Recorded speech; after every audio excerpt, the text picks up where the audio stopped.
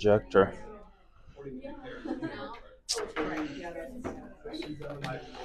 The HDMI cable of that projector. We're live. Okay. Okay. Let's start. It's 9 o'clock. Good morning, class. So, out of our training, we're going to talk about chapter 3, exposure to the greater market.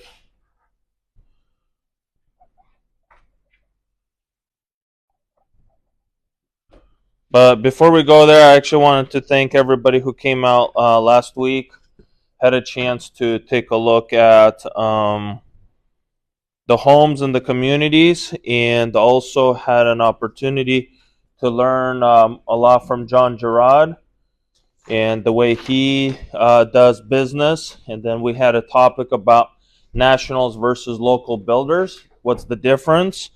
Why focus on nationals and locals, and why John was a good resource because he comes from California market. He actually saw how the nationals slowly were taking over in California and how they moved up basically here into Washington.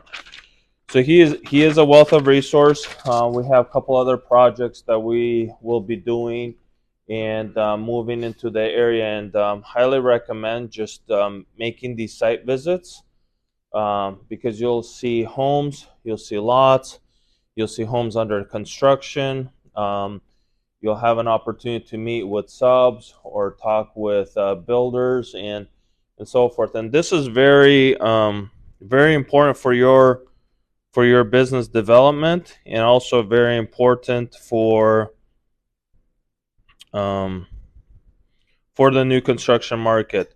I know we're going to have our symposium, just a couple announcements. Then we're going to have a couple other trainings. So, and one of the things we're trying to adopt is to inform you about all the new home stuff that's going on per a monthly basis.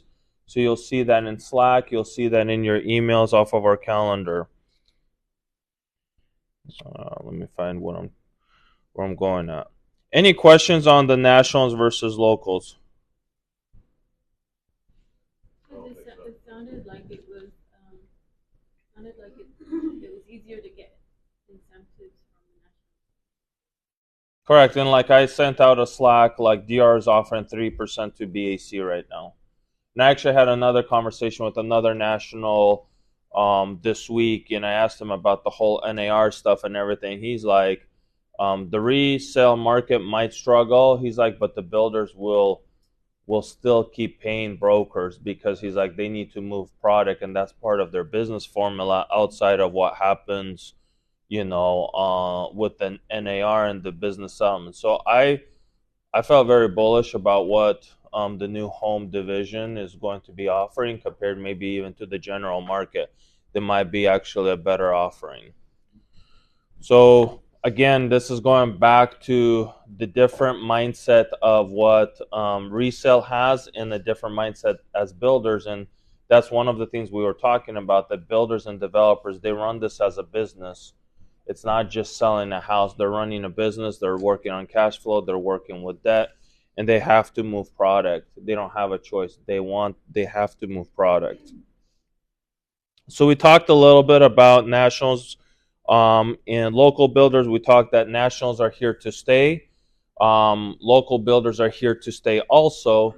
Local builders, we said, would be a lot more flexible on how they maneuver themselves in the market. The national builders are going to probably hold the lower portion of the tier of new home sales because they're all about volume. So they want to create as much volume as they can. So the nationals are going to be building out the bigger and the bigger communities. If you go down to Florida, I mean, the national builders build like 2,000 home communities, like on a 10-year span. So that's kind of the model of national builders. They like to buy bigger plots. They like to buy bigger communities. Where the smaller guys, local guys, will probably just stay within the communities as they are. One-liner content. I'm actually reading the book by Gary Keller, The One Thing That You Must or Want to Do. And one of my takeaways from there, and I wanted to just share it, is We are bombarded every week with a lot of things to do, a lot of things to act upon. But I truly believe if you suppress all your energy, compress all your energy to a one liner, what is it that you truly have to do every single day? Um, and I have a lot of things that I have to complete every single day, but what is the bold thing that I have to do? And I think this is something that we have to keep reminding ourselves every single day of these concepts that we build to run our businesses. And that one liner I just really like. What is the one thing you have to do? So, out of everything that takes place, right? Out of everything that takes place, okay, I have to hit that appointment. Or I have to have that meeting. Everything else can fall apart, or everything else can go aside. And it's true, if you do those one thing at least that in that day that is crucial to your business development, it will actually go really, really far. Same thing with the quarterly. What is one thing you have to achieve on a quarterly? What is that one thing that you have to achieve within that half a year? What is that one thing that you want to achieve within the year? So, like for 2024, what is the one thing that you want to achieve for this year? So, like for our division, I have one word, it's exposure. I want, brokers to know about new homes. I want them to understand why new home sales is a big contributor. Whether they're part of the division or not, I want people to start to understand more and more and more what happens with new home sales. So we're doing everything to talk about this, have brokers talk about this, to do site visits and all of this. So everything is complementing just that one statement, just exposure. We want more and more brokers to be exposed and understand and cultivate their business and slowly create a culture, but it's all within the context of the exposure. So if you have your business, what is it that you're trying to achieve that one thing by, say, end of this year? And I don't know if somebody else wants to share or not, but I'm kind of giving you ideas so you can slowly formulate. Okay, I want to close 5 new home sales this year. What is that going to look like? Or I want to list, 1 or 2 new constructions. What is that going to take? But you have to set these margins of expectations. And I'll tell you, if you don't set expectations, you will not achieve anything. I mean, it's just, you have to set these expectations. I set these expectations for myself within the context of the group, within the context of the division, within the context of my business. I set a lot of certain expectations and I hammer them out. But what is that one thing? And you can write it down. You can slowly build yourself into that one thing that you're trying. We have a lot of training now in our office. I'm really excited about that. With different dynamics, they had a training on command. There's a pretty good group yesterday here. All these trainings are that we could cultivate and cultivate and cultivate, and they're giving us all these ideas about how successful people work, how successful brokers work. Like I saw the graph yesterday. It said, if you have so many contacts in your commandment, this means that this is what is going to happen with your business. So if you have 5 people to contact, you have an issue. And I don't care where you get your contacts. I used to scrape Craigslist for sale by owners. And I used to just put people's names and phone numbers into my contacts. Because first, it's a public record, and people put their name and phone number out there. I knew their property address, and if I wanted to talk to real estate, I just called them. They have real estate. I want to talk to them about it. So what I'm saying is whatever it takes to increase the contacts. But who knows? Maybe it's an investor, right? And he has 20 properties. You don't know until you call. So this is why you have to fill your command with contacts or your phone with contacts.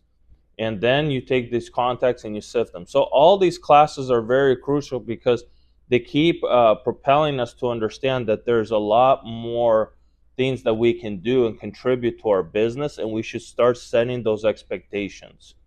And I remember I had 0 contacts, and I've told this class many times. I just started to ride around town, and every phone number I saw, I just started to call. It's a public phone. I'm not going to get red flagged. It's a free number out there. I'm just gonna call and find out. So you just start calling and talking to people. So exposure to the greater market, identifying the opportunities.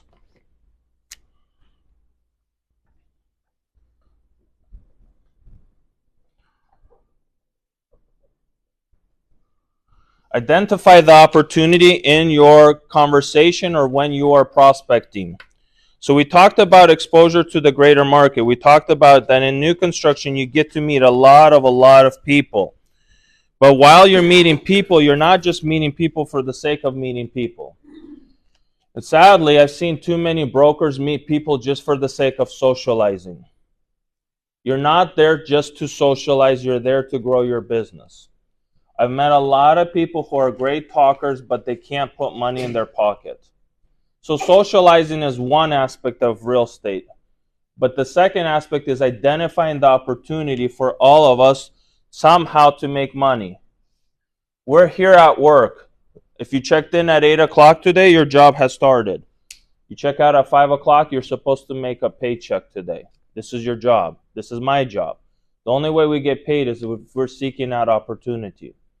And this is what I'm going to be talking about today. Socializing is great. You can talk about family. You can talk about your hobbies. You can talk about what you like to eat, how you prep the meal. You can talk about all of that. But you have to figure out where's the opportunity that we're going to cross paths and make money. How am I going to cross paths with this person? We're going to make money with this person. This is identifying the opportunity. You have to identify it. If you don't, you're never going to make the money.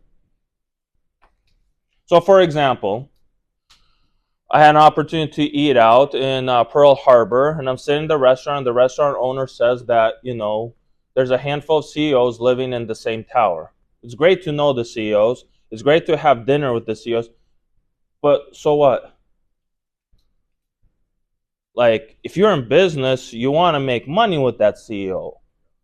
But if you're not in business, and if you're just here to socialize, then yeah, you can eat a great meal, and maybe you'll end up paying for it. But what I'm saying is, like, you have to identify the opportunity to make the money.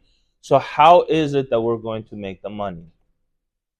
And this is what we have to understand is, how do I identify myself within this market? So we talked about, and I'll do retail, and I always talk about resale because it's just easier to associate for most of you. In a resale transaction, what involvement of people do we have? Please, what involvement of people do we have? So we have the buyer, we have the seller. Who else do we have? We have the title. Who else do we have? We have the loan officer. Who else do we have? Appraiser. Who else do we have? Inspector. Can you only make money off of the buyer and the seller?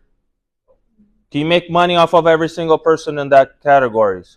Yes. You can. And you should. So for example, if I'm working with the buyer and the seller, I'll tell you how I do it in new construction, but say example, you know who the seller is, you know who the buyer. If you're representing the buyer and you want to do a final walkthrough, or you want to hand off keys or whatever, and you want to meet the seller while you're doing that, you actually facilitate it. So for example, if the seller's an investor, and I did my research when I bought this home from my buyer off the MLS, and he's an investor and he has 20 properties, I will facilitate somehow I'll facilitate a way to do a walkthrough with that seller, even if the listing broker is there. Why? Because I'm trying to identify another opportunity. Maybe I have another buyer that would want to buy a house from this seller that has 20 properties in the market. You see, these are tiers of identifying opportunities. You're always scanning, how do I make another potential out of this? So some of you here, people have worked in different areas of business or so forth, but I'm just talking about resale. So you have a buyer, you have a seller, you have a title company. So every time I meet with my title escrow, I ask her, how many deals you close a month? Who's buying? Who are the players in the market? Who are the buyers? Is it first time home buyers? Do you see more estate buyers? Like I ask them, why? Because they might open up a window of opportunity. Then I meet my loan officer. Well, if your loan officer closes 30 transactions a month or 10 transactions, ask them, where are the buyers coming from? Oh, they're coming from California. Good to know. Oh, this is what's happening in your business. You're identifying the opportunity. Where is my next opportunity, even within the context of one single transaction? In one single transaction with anybody, even in this room, I can learn a lot about every single person in the transaction and try to identify if there's an opportunity. If there isn't, I just move on. But if there is, and I could identify, hey, there is a potential I can make a deal with this loan officer in 3 months, he or she is a person I'm going to reach back at in 3 months. You have to vet and understand that prospecting is not just, oh, I want to prospect. Exposure to the market is not like, oh, I'm here just to socialize with people. You're here because you're on a job, and on a job you have to learn how to make money. And we're in real estate because we're trying to identify the opportunity.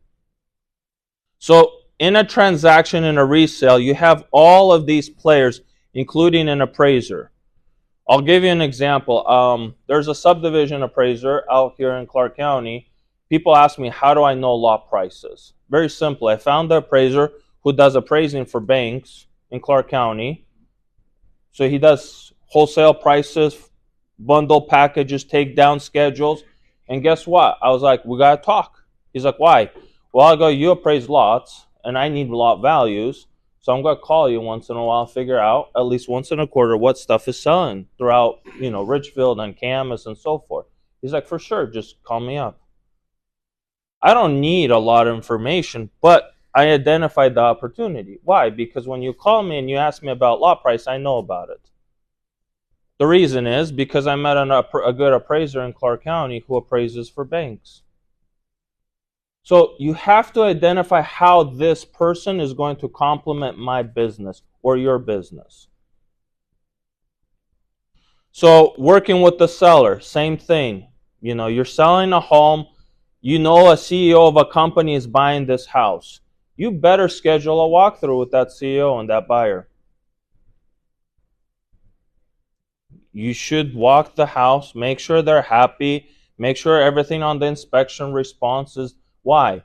Because you're seeking an opportunity. Maybe somewhere this buyer might buy more houses. In new construction, it often occurs a lot, especially in the investor sector.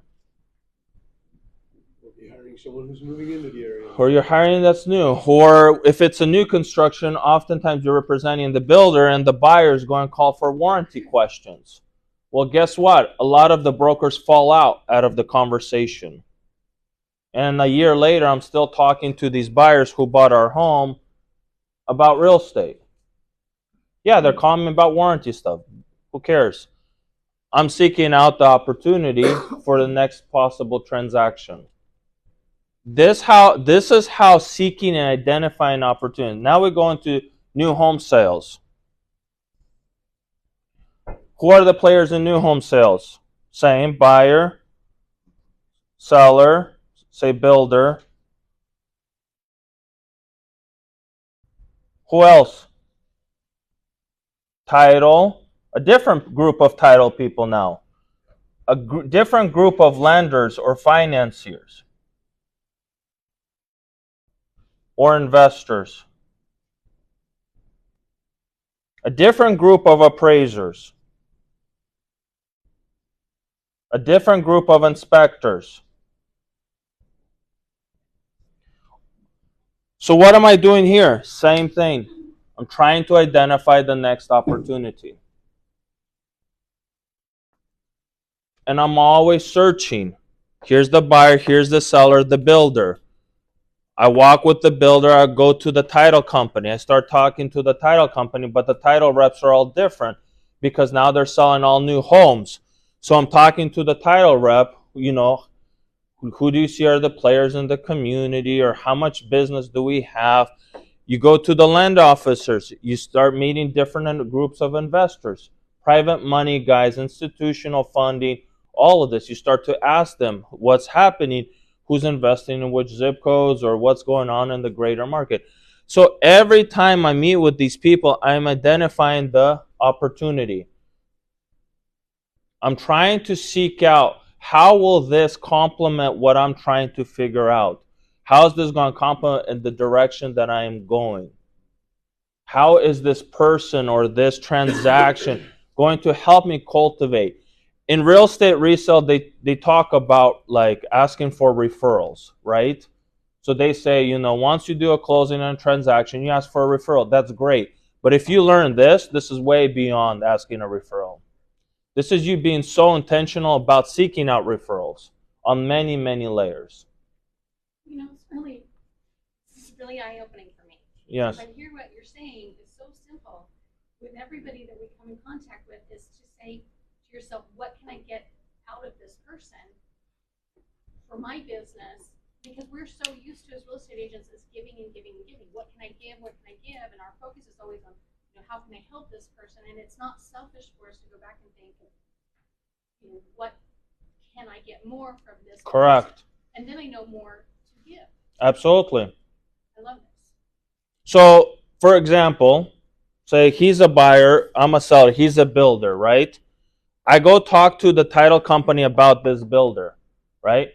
So I will learn something about him that he will never tell me. That's usually how it works.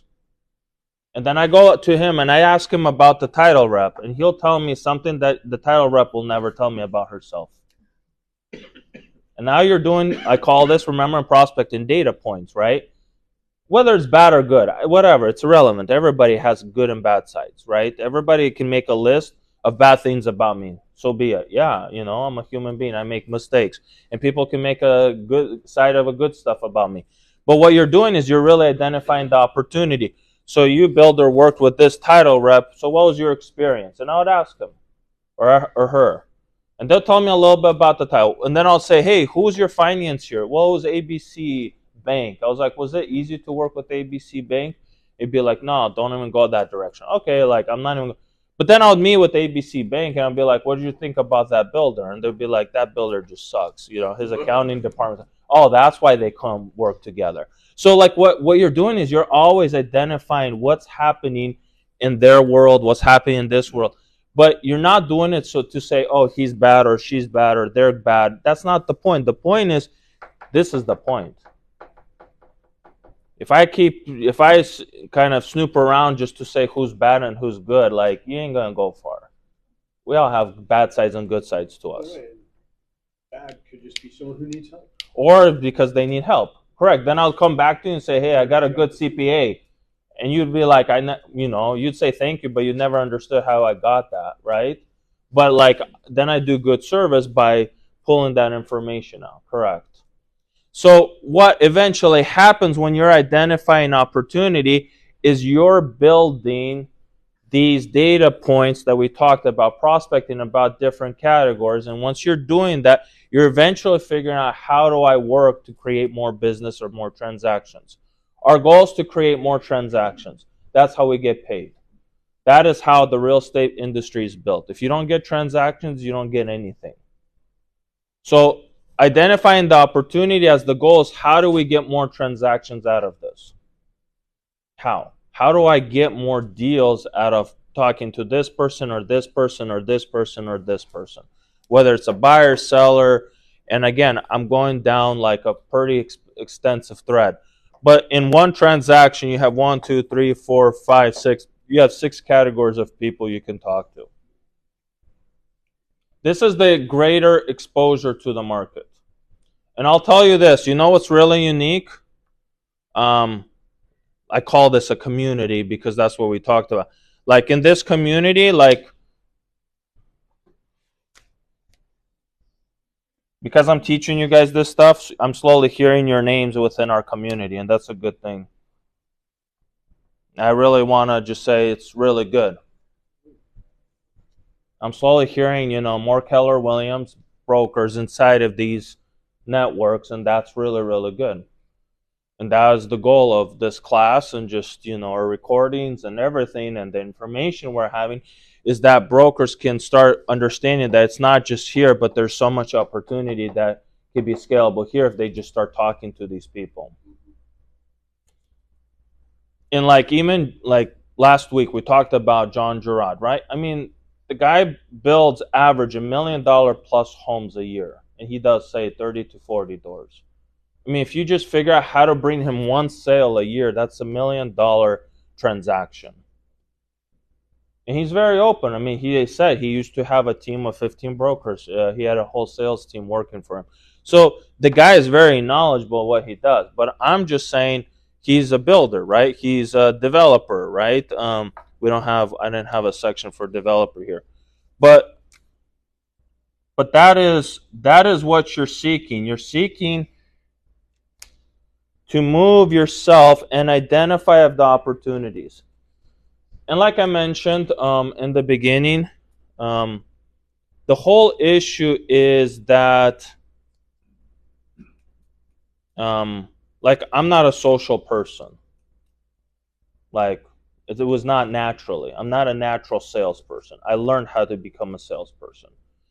But this really works within the context of who I am as a person. So I have a hard time maybe selling. People say, oh, you sell really well. Yeah, but over the years. But when I got out the gate, this was a big instrument for me. This was the tool that got me to be a successful salesperson. I learned how to identify opportunities without being a great salesperson.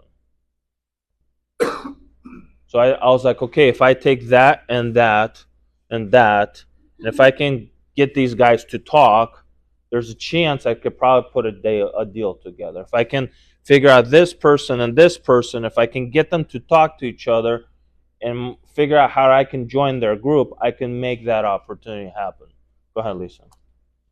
No, this is extremely valuable because taking your advice, I do my marketing videos off of yours and John's, and I went to the training that you had, and I made a big post about it, about the inventory that both of you guys bring, the unique inventory that both of you bring to the market. And I had a broker that's been in the industry for 20 years, and her comment on my video was, oh, he works with brokers now. And it was like, and we're like, yeah, he's worked with brokers his whole career. Mm-hmm. And they don't even, and it's They never identified the opportunity. no. Yeah, they're sitting there waiting for John to knock at their door, right? And say, I work with brokers, right? I had to open my mouth and say he had one transaction. He did all his sales, not that he even needs them. All his Correct. sales were done by him. Mm-hmm. One broker brought him, and they don't like it when I bring that to the table. They're like, "Well, who is she?" But I mean, it's the truth, and he's the one that's teaching it, and it's true. And sometimes people don't like the truth. So, I mean, because we've joined with him like 6 years ago, he has been able to, get complimented a lot from our marketing that are involved with him. But I'm just saying, absolutely. But this is what got me up and running in my career before I even learned prospecting. I signed up for Mike Ferry coaching probably 7 years into my career. I was like, what is scripts? How do you figure out scripts? Objections? What is that? I really mean it. That was right out of my repo career after I sold a bunch of repos for banks. Because in banks, you don't have objections. All you got to do is this for banks. You just have to identify the opportunity. The banks want to offload their business. You got to help them get it done with, and that's it. So what I'm saying is this was the first pillar of my building of my business before sales ever came into my life. But if you can identify opportunity and you can build your way into it, and you can almost, one thing I would say in this criteria, and you just have to be very careful once you learn bad and good information about people. You have to learn how to vet it. So don't go to him and say, the title company hates you. Like, just don't do that. Don't say you're a horrible, you're a business, you don't understand accounting. Like, get your accounting straight. Like, just don't do that. Like, that does not benefit anybody. When you hear something about somebody, and you can collect that data point, you're always lower. I would say your true motive is like, how can I create opportunity out of this, instead of just go stab this person now because I learned something bad about them. Believe me, you'll learn something bad about everyone in life. So what? Any questions on this? So I do want to go through. We don't have. I don't know if I can. I forgot my HDMI cable. I wanted to show you on my projector, but I'll show it to you through steps. Like, we'll do a quick mastermind on how I look at deals.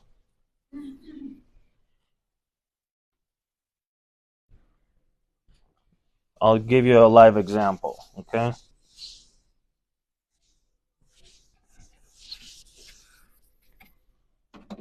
So if I drive and I see a piece of parcel that I like, I'll give you a true stepping stones of how this works.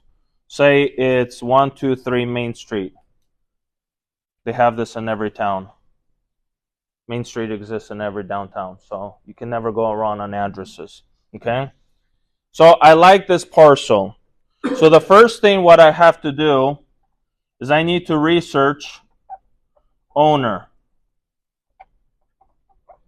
You can do this through a GIS. You can do this through title. You can do this through different apps like Property Radar. So you want to find out who the owner is. Now, for example, if this parcel has half an acre on it,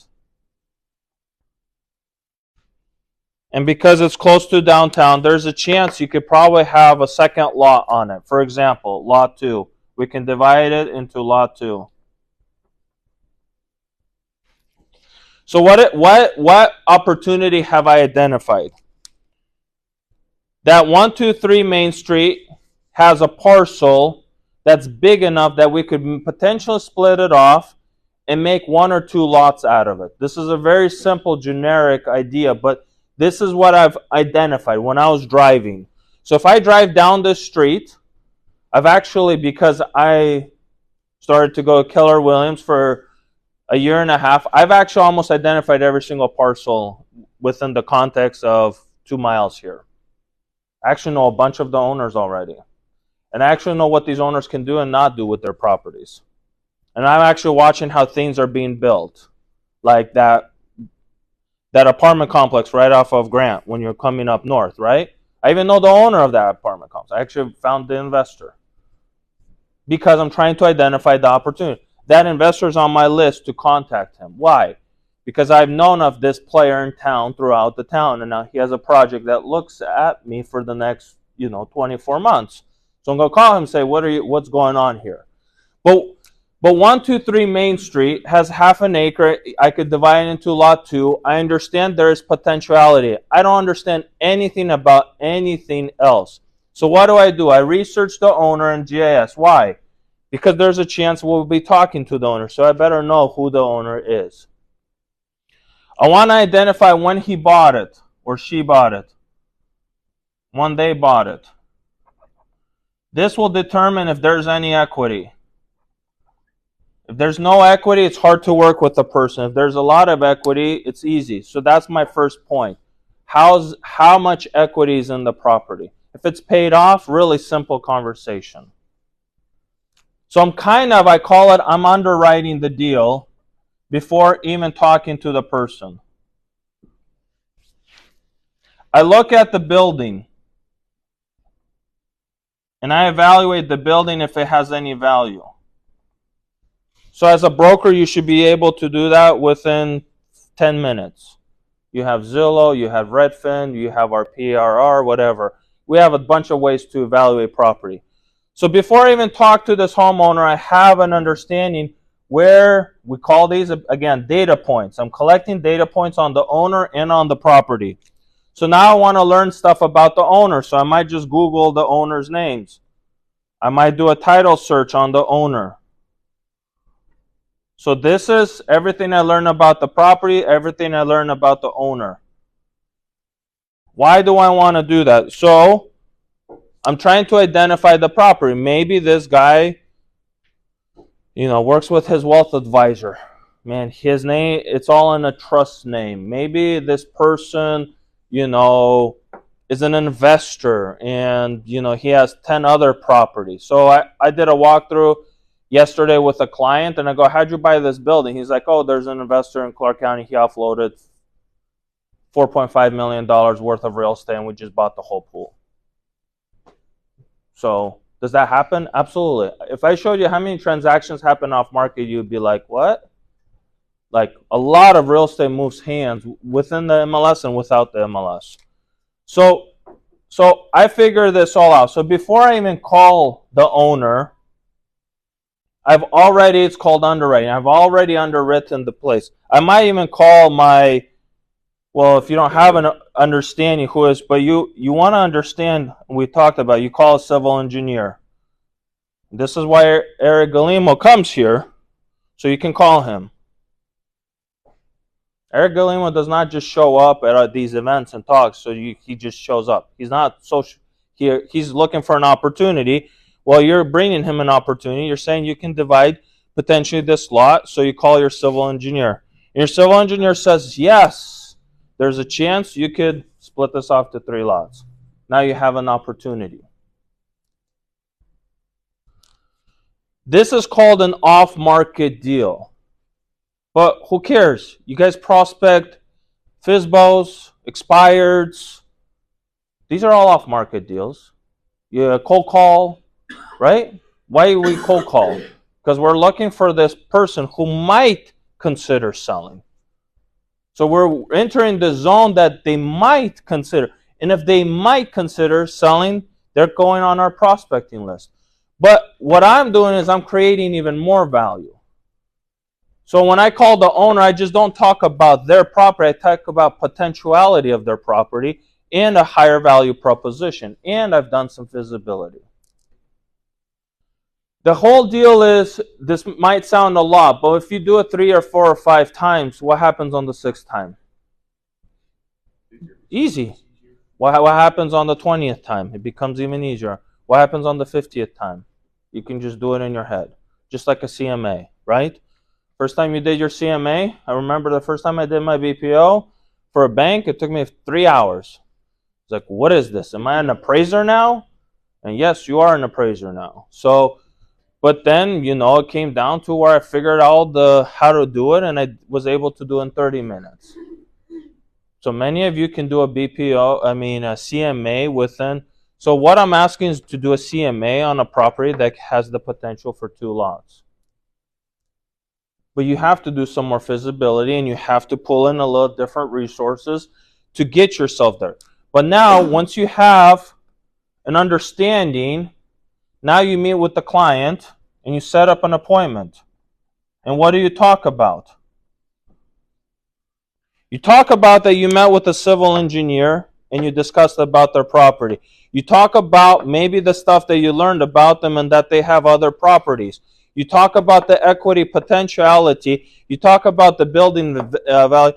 So you have so much to talk about now when you're meeting with your client that is truly producing value, and you're not talking about potatoes. Or what you eat for dinner last night. Which is fine too, but that could last about 30 seconds with me. Because I really don't care about food. I'm here to check in to make money. I'm here to talk about real estate. I'm here to talk about you as the owner and your real estate. I'm here to talk about value. Here to talk about equity positions and transactions. How can we turn this into a transactions, my friends? A transaction is what pays you, nothing else. You have to get this deal to a transaction. There has to be a transaction. I told Shelly, whether I make $500 or $5,000, I don't care. I want to hit it to that transaction. Once I get it here, this is where you get paid. If we can't get it to a transaction, we're not going to get paid. This is it. So this research takes a while to do your first one. And every week, next time I'm going to bring my own HDMI and my cable. But I'm going to show you, I'll bring a computer, I'll show you if we drove this street, and I'll do this street so you guys can slowly understand. But you slowly start to underwrite these things. You slowly start to like I drove down 137th yesterday, and there's a house that was plywooded, and I just, I was like, okay, I'm on 137th and 39th. I remembered the cross streets. I'm like, I'm going to research that house. It's an abandoned house. The house is abandoned. It has some property on it. Something's going to happen with that place. Who's going to figure it out? This is our job, is to figure it out. That's the broker's job, is to create a transaction. Our job is to get to the transaction part. So this is why we drive around. I look at parcels. I look at land. I look at lots. I know what happens in my zip code. You should know where things are happening in your zip code where you personally live. Where you personally live, you should know absolutely everything that goes on in your zip code that has to do with real estate. You should be watching. You should always be looking for an opportunity. You should always be assessing what is happening. So when City of Vancouver moved into the area and expanded their, growth spurs, within the context of where I live, I was like, oh, they did it up to here. City of Vancouver is going to grow. Clark County is up to 119. So you have to at least know a little bit. We are in the real estate business. So you have to know what is happening in your communities. So that is the theme for this morning, exposure to the greater market. Any questions? Identifying the opportunity is the second kind of section that our training is presented. So what is our goal with the division? And I'll kind of leave it there. Our goal with the division is that to cultivate more and more brokers who understand that new home sales needs to become part of their business. But they don't just think about it, they just don't talk about it, they actually want to act upon it.